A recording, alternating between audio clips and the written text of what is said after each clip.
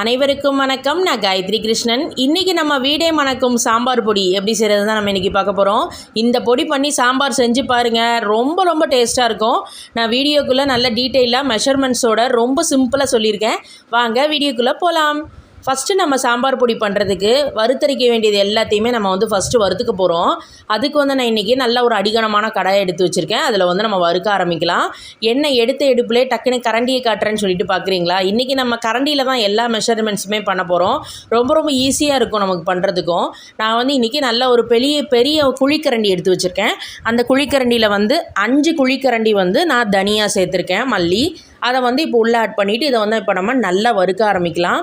Ratio நான் இன்றைக்கி கரண்டியில் தான் சொல்லியிருக்கேன். நீங்கள் கரண்டிக்கு பதிலாக கப்பு, டம்ளர் நீங்கள் எதுனாலும் எடுத்துக்கலாம், உங்களோட சாய்ஸ் தான். இல்லை நீங்கள் சின்ன குழிக்கரண்டி கூட யூஸ் பண்ணிக்கலாம்.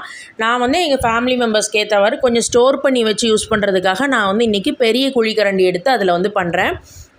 5 கரண்டி தனியா போட்டிருந்தோம். தனியாவை நம்ம நல்லா வறுக்கணும். பாருங்கள், இப்போ கிட்டத்தட்ட ஒரு 4லேருந்து 5 நிமிஷம் நல்ல மிதமான சூட்டிலே நம்ம வறுத்துருக்கோம். நல்ல கை பொறுக்கிற அளவுக்கு சூடு வந்திருக்கு. அந்தளவு போதும். ரொம்ப வறுக்கணும்னு இல்லை, ரொம்ப கலர் மாறிடும். லைட்டாக கலர் மாறி கை பொறுக்கிற அளவுக்கு சூடு அது தனியாவோட ஸ்மெல் நல்லா வரும். அந்த ஸ்டேஜுக்கு வந்ததுக்கப்புறம் நம்ம ஸ்டவ்வை ஆஃப் பண்ணிவிட்டு அதை ஒரு பிளேட்டில் கொட்டிடலாம். இப்போ மறுபடியும் நான் ஸ்டவ் ஆன் பண்ணியிருக்கேன். இப்போ அதே கரண்டிலே பாருங்கள், ஒரு குழிக்கரண்டி துவரம்பருப்பு ஆட் பண்ணியிருக்கேன். இப்போ ஒரு குழிக்கரண்டி கடலைப்பருப்பு அதையும் நான் சேர்த்துக்கிறேன். 5 கரண்டி தனியாவுக்கு 1 கரண்டி துவரம்பருப்பு, 1 கரண்டி கடலைப்பருப்பு. இப்போ பருப்பு ரெண்டையும் நம்ம தனியாக வறுத்தெடுத்துக்க போகிறோம். ஏன்னா தனியாக நல்லா சீக்கிரமாகவே வறுபட்டுரும். ரொம்ப வறுக்கணும்னு இல்லை, ஆனால் இந்த பருப்பை நம்ம ரொம்ப நேரம் வறுக்கணும். அதனால் நம்ம தனித்தனியாகவே இதை வறுத்தெடுத்துக்கலாம். இப்போ துவரம்பருப்பு, கடலைப்பருப்பு போட்டிருக்கோம். பருப்பு வறுபடுறதுக்கு கொஞ்சம் டைம் எடுக்கும். அதனால் அடுப்பை மிதமான சூட்லேயே வச்சுட்டு நம்ம இதை நல்லா வறுத்துக்கலாம். பாருங்கள், இந்த மாதிரி எந்த அளவுக்கு நல்லா வறுபட்டுருக்கு பாருங்கள். கலர் மாறி இந்த பருப்போட வாசனை நல்லா வரும். அது வரைக்கும் இதை நம்ம நல்லா வறுத்துக்கணும். இப்போ அதையும் நம்ம தனியாக ஒரு பிளேட்டில் கொட்டிடலாம். எல்லா போய் தனித்தனி பிளேட்லேயே கொட்டிக்கோங்க. நான் எப்படி அரைக்கிறதுன்னு நான் லாஸ்ட்டாக சொல்லியிருக்கேன் வீடியோவில். இப்போ அதே கரண்டியை நம்ம எடுத்து வச்சுக்கலாம். அந்த கரண்டியில் அரை கரண்டி மிளகு, அதை நம்ம இப்போ உள்ளே சேர்த்துக்கலாம். அரை கரண்டி ஜீரகம், அதையும் நம்ம இப்போ ஆட் பண்ணிடலாம். கரண்டியில் மெஷர்மெண்ட்ஸ்னால் நமக்கு பண்ணுறதுக்கு ரொம்ப ஈஸியாக இருக்கும். இப்போ அதே கரண்டியில் 1/4 கரண்டி நான் வெந்தயம் எடுத்திருக்கேன். அதை உள்ளே சேர்த்துக்கலாம். 1/4 கரண்டி கடுகு, அதையும் நம்ம இப்போ ஆட் பண்ணிக்கலாம். அவ்வளோதான். அரை கரண்டி மிளகு, அரை கரண்டி ஜீரகம், 1/4 கரண்டி வெந்தயம், 1/4 கரண்டி கடுகு, அவ்வளோதான். இப்போ இது எல்லாத்தையும் நம்ம சேர்த்தே வறுத்துடலாம். பருப்பு நல்லா வறுபட டைம் எடுக்கும்னு நான் சொல்லியிருந்தேன். இது கொஞ்சம் சீக்கிரமாகவே வறுபட்டுரும். கடுகு படபடன்னு வெடித்து வரும். அதேமாதிரி வெந்தயமும் கொஞ்சம் கலர் மாறி வரும். ஜீரகத்தோட ஸ்மெல்லு நல்லா வரும். அது வரைக்கும் ஜஸ்ட் ஒரு 2 நிமிஷத்துக்கு மட்டும் நம்ம இதை நல்லா வறுத்தாலே போதும்.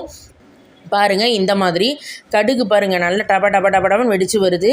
இந்த ஸ்டேஜ் வந்தோடனே நம்ம ஸ்டவ்வை லோ ஃப்ளேமுக்கு மாற்றிட்டு இப்போ இதை தனியாக ஒரு பிளேட்டில் கொட்டிடுங்க. இதுவும் நல்லா ஆறட்டும். இப்போ பாருங்கள், நான் அதே கடாயை எடுத்து வச்சுருக்கேன். இப்போ அதில் லாஸ்ட்டாக நம்ம வரமிளகாயை வறுக்க போகிறோம். 5 குழிக்கரண்டி வரமிளகா, அதுதான் ரேஷியோ. அதை உள்ளே சேர்த்தாச்சு. மிளகாயை பாருங்கள், நான் காம்பை ஃபுல்லாக எடுக்கலை. ஏன்னா விதையெல்லாம் உதிர்ந்துடும். கத்திரிக்கோலை வச்சு மேலே உள்ள காம்பை மட்டும் லைட்டாக கட் பண்ணிவிட்டு நான் உள்ளே சேர்த்துருக்கேன். இப்போ நல்ல விதை உதிராமல் நம்ம நல்லா வறுக்க முடியும். இப்போ அதை லேசாக பாருங்கள், கலர் மிளகாய்க்கு மாறாமல் அந்த மொறுமொறுப்பு வரணும் லைட்டாக. அந்த அளவுக்கு நம்ம வறுத்தாலே போதும் மிளகாயை. அவ்வளோதான்.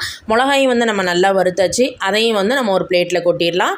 இப்போ நம்ம வறுத்தது எல்லாமே நல்லா தனித்தனி பிளேட்லேயே வச்சு நல்லா ஆற விட்டுருங்க. எல்லாமே நல்லா ஆறினதுக்கப்புறம் நான் எப்படி அரைக்கிறதுன்னு சொல்லிட்டு சொல்கிறேன். இப்போ பாருங்கள், எல்லாமே நல்லா கூலாகிடுது. ஃபஸ்ட்டு நம்ம மிளகாயை தான் அரைக்கணும்.